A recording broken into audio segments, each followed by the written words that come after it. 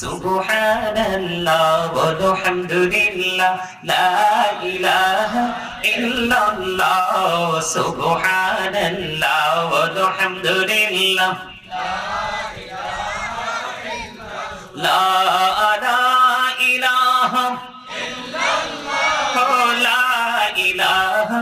ইল্লাল্লাহ নবী আমার নহরীর ফুতুল জগৎ করলেন ও জালা নবী আমার নহরীর ফুতুল জগৎ করলেন ও জালা আর হাসরে করবেন তিনি উম্মতের ফয়সালা